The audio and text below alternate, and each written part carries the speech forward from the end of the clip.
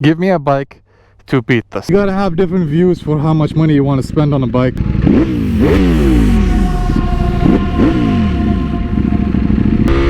go.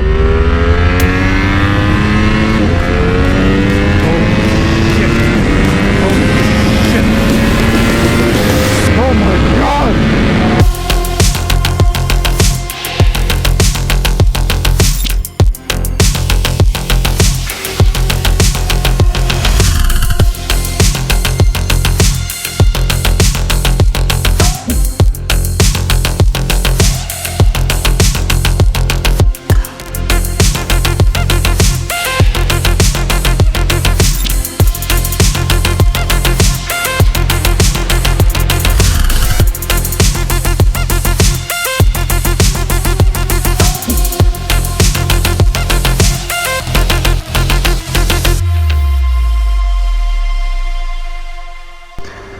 شغلها.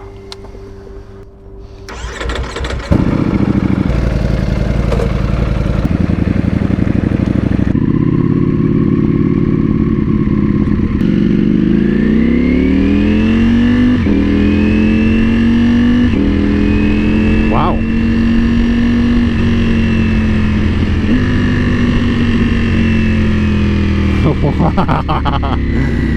Guys, I'm just saying wow because I just tried an up and down shifter that was the smoothest thing I've ever tried in my life. Now let's check out first gear. Whoa.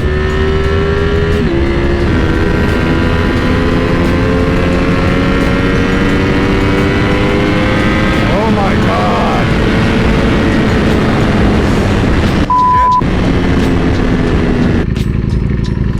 Okay guys, I gotta stop for this right now. Just a sec. These brakes, phenomenal. Squishy, but at the same time, very sharp. Seating position. It's nice to sit on. It's alright. It's not comfy like a naked bike, but it's nice. But then with the exhaust, you can feel the heat around your inner thighs. It gets really hot. And one of the biggest surprises is, I mean, I knew this, but now that I'm on it, you have to bend over way too much to get to the handlebars. Like, I'm 6 feet tall. I have to put my butt all the way to the back of the seat and lift my legs. But in that process, I guess let's see. First gear is long, man, but listen to that, listen to that. Wait.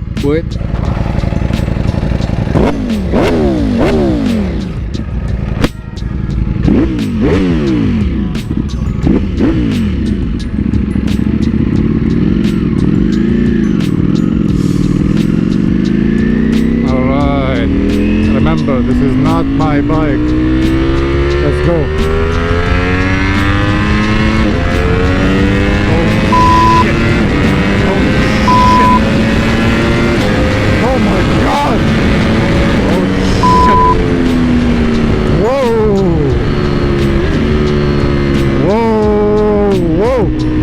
This is a nuclear weapon! Oh my god!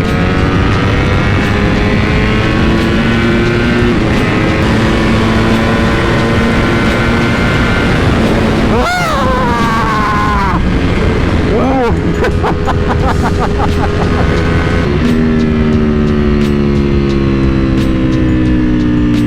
Okay. I gotta calm down for a bit, guys. This bike is insane. This is nuclear, guys. Once it hits 10,000 RPM, you just give it a little more gas and you're flying. I couldn't stop laughing. Oh my god. And the quick shifter is so smooth.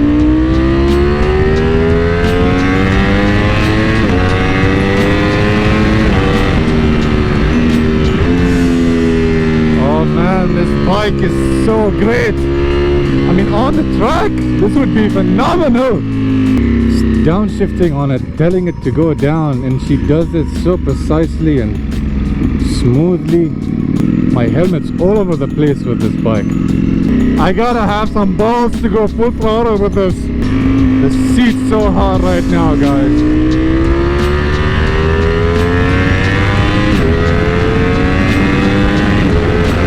It's so hot, guys. It's so hot. I'm very uncomfortable right now. Ow, ow, ow, ow, ow, ow. My God, shit.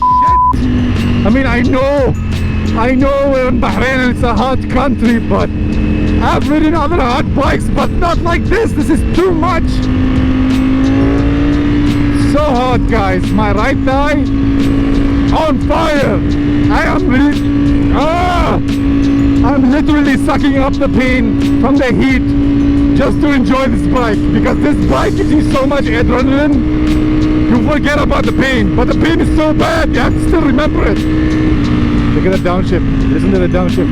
Oh yeah, the brakes, my God, phenomenal. This is a hot bike, literally. This is fucked.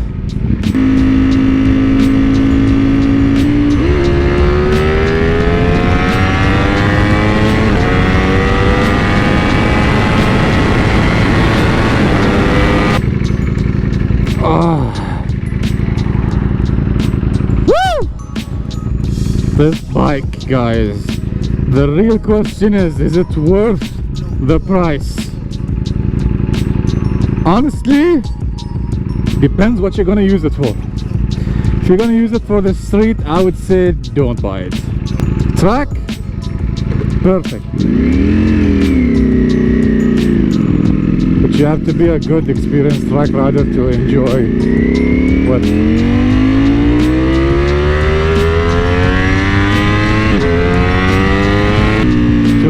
what this can actually offer you. You have to be a really good track rider. This bike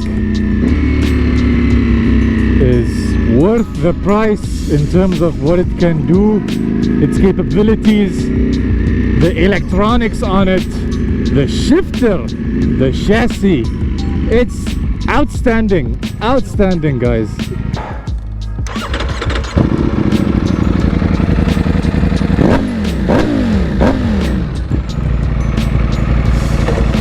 Alright, guys, final thoughts on the Ducati V4S. Low end power, very manageable. It is manageable when it's on the low end. Once you get 8, 10, it gets a lot faster, and once you're like after 10,000 RPM, the slightest twitch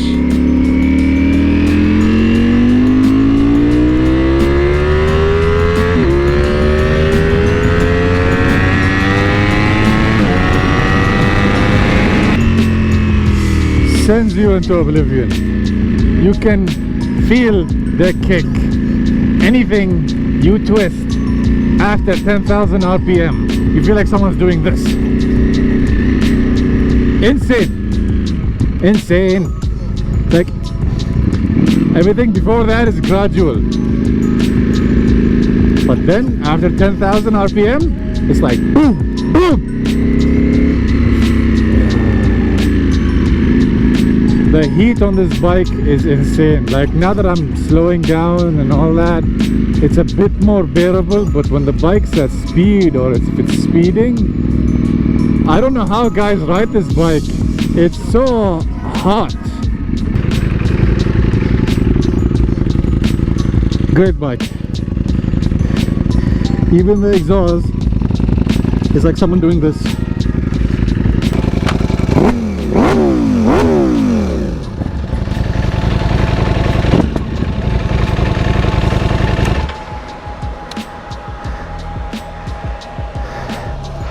The fan is really loud after you switch it off, but I'll tell you what, let's have a little chat. This bike has a V4 engine. And this is a 2021 Ducati V4S. With the 2021, because in the 2019 ones there were things about it that were different. Certain aspects of the suspension and the chassis were not there because they were on the RSV. Sorry, not the RS. They were on the Panigale V4R. After that, they saw that what's the point, because I have a V4 and a V4S and I have a V4R. They're like, the next year they were like, okay, we'll put some of the R stuff on the S. So you got the winglets, you got the electronic suspension, but most importantly is the chassis. This bike has a quick up and down shifter and auto blipping, and it's a slipper clutch. This bike is insane to ride, and the brake feeling is like, it's sharp but it's squishy on the initial feeling. I mean, on the brakes on my Triumph, they're like instant. This one, they're squishy in the beginning, but they have so much confidence. Like, just because something is instant doesn't mean it's better. This one, you can squeeze harder knowing you will stop harder and nothing bad's gonna happen. Power wise, insane. I honestly do not understand why you need this much power on the road. If you don't have huge highways, huge roads, there's no point buying this bike. It's an amazing bike. If you're going to go to the track, if you're taking it to the track, perfect bike for the track. It's so smooth, it's nimble. I personally thought I could turn in on some corners better on my speed triple. Maybe that's because of it being my bike and this is not my bike. But if I had to compare it to the RSV Aprilia that I test rode, it's that one was safer to ride. Yeah, that one was fast, that one was insane. But for some reason, that one was just like a joy to ride. This is terrifying. Look at it, it looks like a shark. This is a terrifying bike to ride at max rest, literally. With the Aprilia, you could go, it will constantly keep climbing. This one, once it reaches 10,000 RPM, a slight twist in the throttle and you are like gone. So amazing motorcycle. The capabilities, the amount of horsepower, the technology, the dash, the launch control, the auto blipping up and down, and the slipper clutch. It's worth the money if you're gonna use the bike for what it is, because this bike is just wow. I mean, if someone who's a novice rider, let's say someone who's been riding just for a little bit and they've only ridden naked bikes, and they go like, damn, I'm gonna put all my money on this bike and get a new one, you will probably enjoy having your naked bike more than this. This is a joy, this is a looker, this is a ball breaker, but this is a thigh burning nuclear bomb. It's fast, it's hot, it's scary, you're pumping full of adrenaline. I mean, it didn't give me any doubt one bit, but this bike is just bonkers, guys. I sit way too leaned over. Remember, I'm 6 feet tall, so maybe that's also an issue. And also, this is not my bike. It might take me some time to get used to a bike like this. But as a first time review, this, wow. I really like to thank Saud for letting me borrow this bike and giving you an insight from an average Joe who is driving a speed triple, no ABS, no traction control, nothing. Literally an analog bike versus a bike that is future-proof. Future-proof. It has the Evo 2 technology traction control system. This is the smoothest up and down shifter I've ever had in my life. I tried this now. What could beat it? Literally, what could beat it? Insane. Ergonomics wise, this right here, this is a fucking burner, guys. If I wanted to boil or fry some eggs, toast some bread, I'll just switch on the Ducati if there is ever no electricity in the house. This is a very, very hot bike, and it really consumes a lot of gas. One of the good things with this as well, he has the Pramac air coolers for the vents on the brakes. It really keeps the brakes cool, keeps them phenomenally precise. They say the winglets help give you 30 kilograms of downforce when you're driving above 250 kilometers an hour. Did I experience that? Did I know if I experienced that? I can't tell you, I don't know. Nobody really knows how well these winglets work, but we know that this bike looks mean. There are some guys that tell you they want to remove the winglets, but then people tell them keep them. Look at that bike. That bike's like, I'm ready to attack. Just give me a road. It's so goddamn hot, but just give me a road. Look at that. Insane motorcycle. The switches, I mean, they feel Italian.